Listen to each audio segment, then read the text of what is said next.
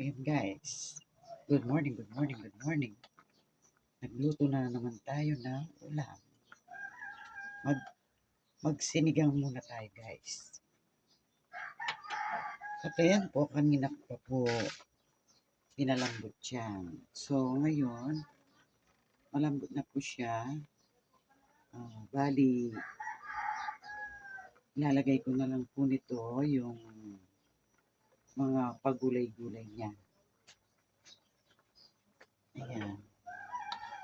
Lambot na po siya guys. Meron siyang gabi. Malambot na po siya. Diba? Malambot na po yung gabi niya. Tsaka itong pork niya, malambot na rin po. At linagyan ko na rin po ng asin kanina. At lagyan natin ng pampalasa. Ayan.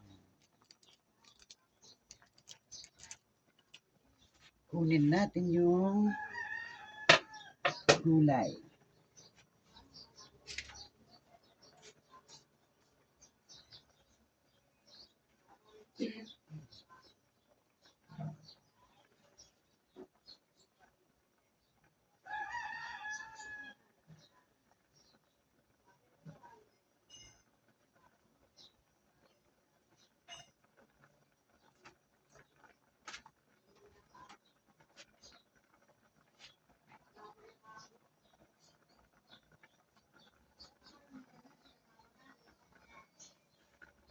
Ayan siya.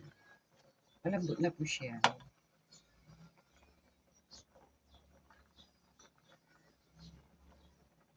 At ito yung gulay niya.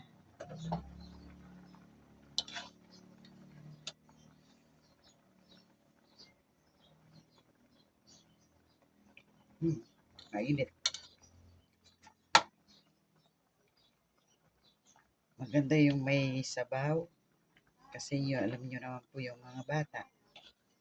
Kahit sabaw-sabaw lang, ay gustong-gusto na nila. Ayan.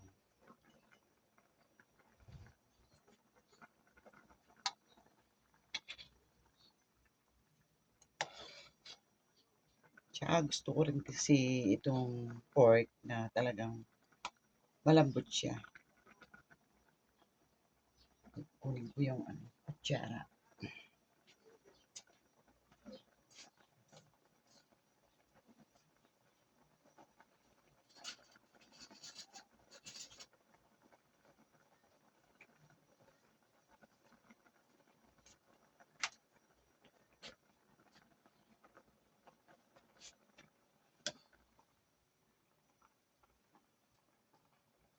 Alam ko na po siya.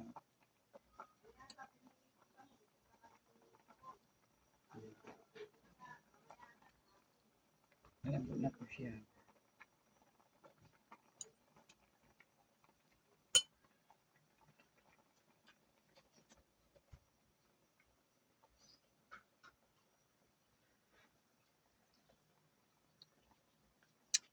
Maasim.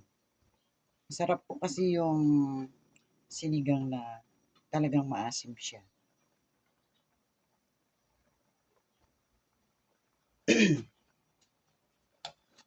Sinigang na pork.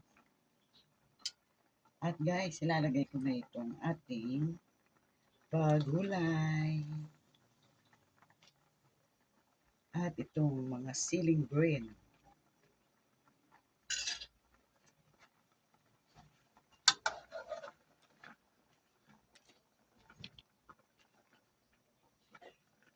At ayan guys, hintayin natin po siyang lumambot ang kanyang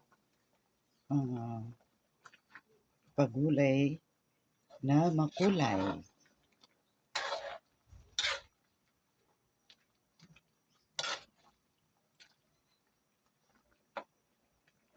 Masarap, maraming gulay. Kahit mahal, kailangan natin yung gulay.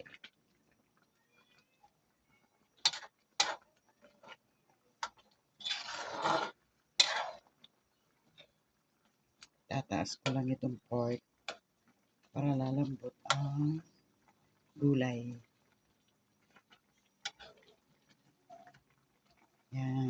Babad natin ganyan. Para yung mga vitamins ng gulay mapupunta dito sa ating sabaw. Yan. Diba? Excuse me po. At itong mga sili niya,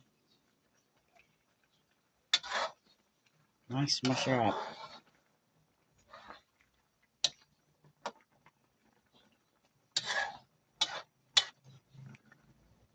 Wow, wow, win na win. Win na win ang ating paggulay. Ay, paggulay. Pasigang na may gulay. Ayan. And thank you guys sa mga sumusuport sa aking YouTube channel. Osang TV, kayo dyan. Osang TV. Shout out po sa inyong lahat. Mega, mega, mega love. Shout out po sa inyong lahat. At palagi pong nandito si Osang TV para sa inyo. At yung hindi pa po nag-subscribe, wow, punta na po kayo kay Osang TV para subscribe niyo po ako. And thank you po sa inyong lahat. Ayan. Ginaganyan ko po siya para yung gulay talagang maluto po siya.